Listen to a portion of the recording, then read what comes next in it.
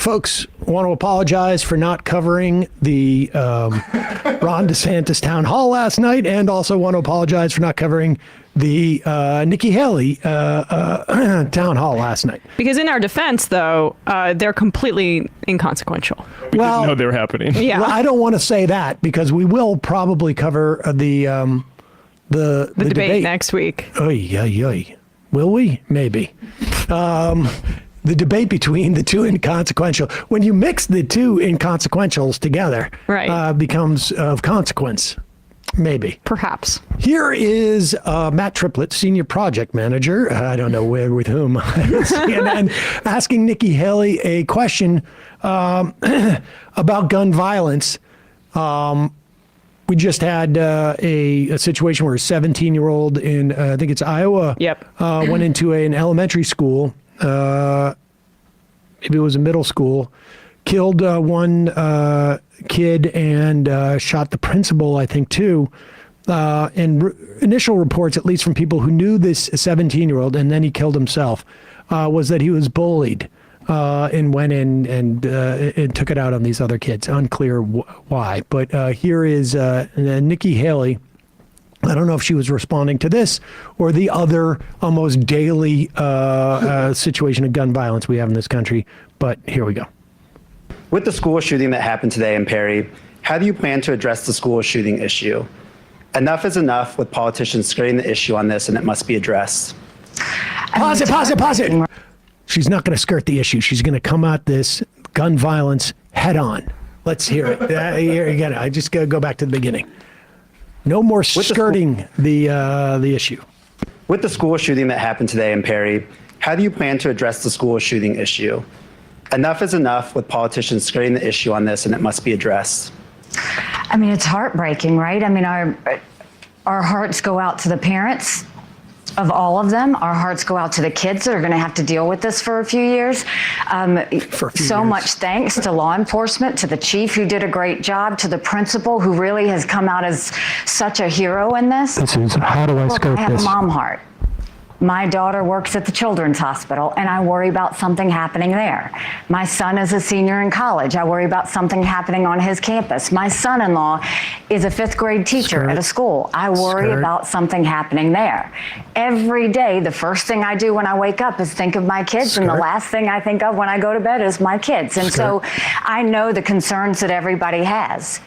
But it is time that we deal with this in the way that we should deal with this. Instead of living in fear, let's do something about it. We have got to deal with the cancer that is mental health. We have Wait, to. what? 1 in 3 people have a mental health issue. Like a record drag. And then she tweeted it out. Like they had this already prepared, her team. This is a set piece. In the way that like Kamala Harris had That Little Girl Was Me t-shirts prepared right after the 2020 debate when she said that to Biden. But like, is mental health the cancer? And also weird to mix metaphors about health and saying mental health in and of itself. It might be a little bit clearer to say mental health issues are the cancer as opposed to the health in general. It's not that great. But to wind up like that and say we've got to handle this head on with the second order issue. Second.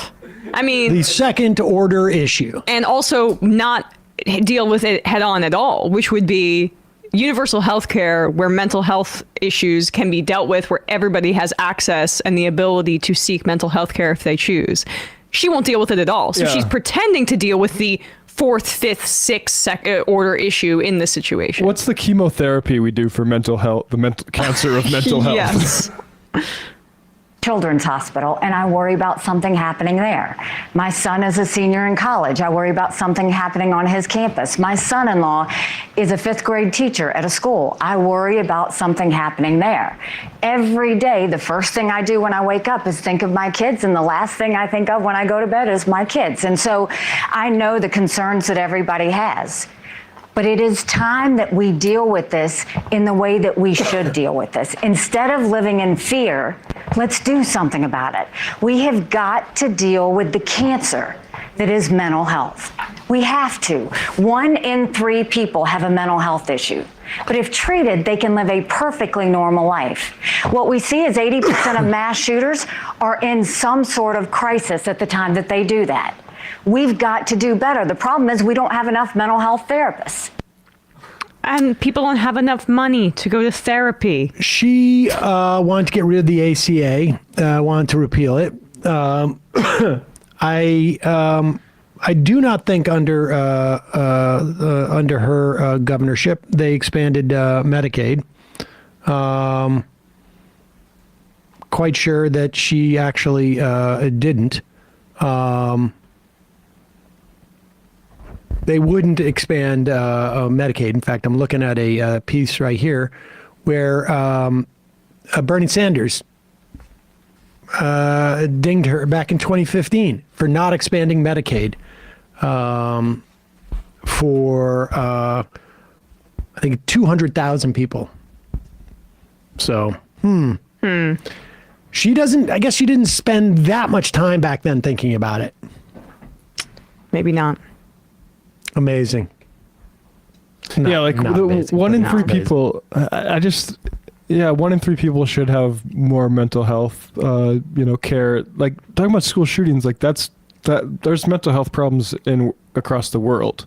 It's not an American problem. The American problem is that people exercise their mental health demons by grabbing a gun and shooting up public places. Yeah, I mean, it's just this is the way that conservatives deal with systemic problems. They just make it about individual pathology and then also have no solutions to address that either. Hey, folks, we all agree that media has bias, but when political motives are pushed at the expense of everything else, well, then you're really obscuring the truth.